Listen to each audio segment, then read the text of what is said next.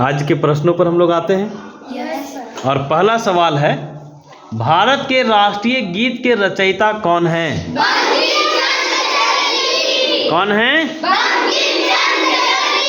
एकदम सही है, बंकिम चंद्र चटर्जी। दूसरा सवाल, भारत का राष्ट्रीय गीत वंदे मातरम किस ग्रंथ से संकलित है?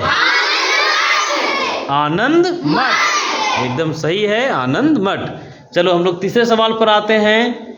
भारत का राष्ट्रीय गीत वंदे मातरम सबसे पहले कब गाया गया था? 1896 में सही जवाब है।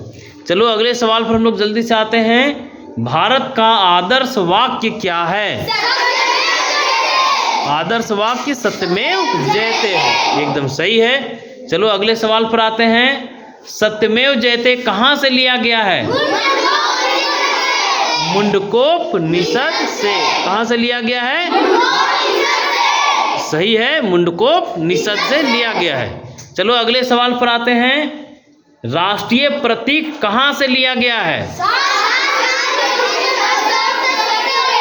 सारनाथ स्थित अशोक स्तंभ से। एकदम सही है। राष्ट्रीय प्रतीक में सिंहों की संख्या कितनी है? राष्ट्रीय प्रतीक में सिंहों की संख्या कितनी है? 4। एकदम सही है। अब जल्दी से बता दो, राष्ट्रीय प्रतीक को आधिकारिक रूप से कब मान्यता मिली? 26 जनवरी 1950 को। हाँ ठीक है, हम ये बात भी हम लोग जानते हैं कि 4 राष्ट्रीय प्रतीक में सिंहों की संख्या 4 है। 26 जनवरी 1950 को राष्ट्रीय प्रतीक को आधिकारिक रूप से मान्यता मिला।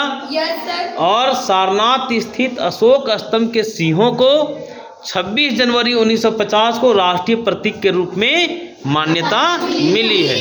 अब चलो अगले सवाल पर हम लोग आते हैं। अगला सवाल है, सत्यमेव जयते राष्ट्रीय प्रतीक में कहाँ अंकित होता है? सबसे नीचे। अब चलो जल्दी से एक सवाल और पूछेंगे।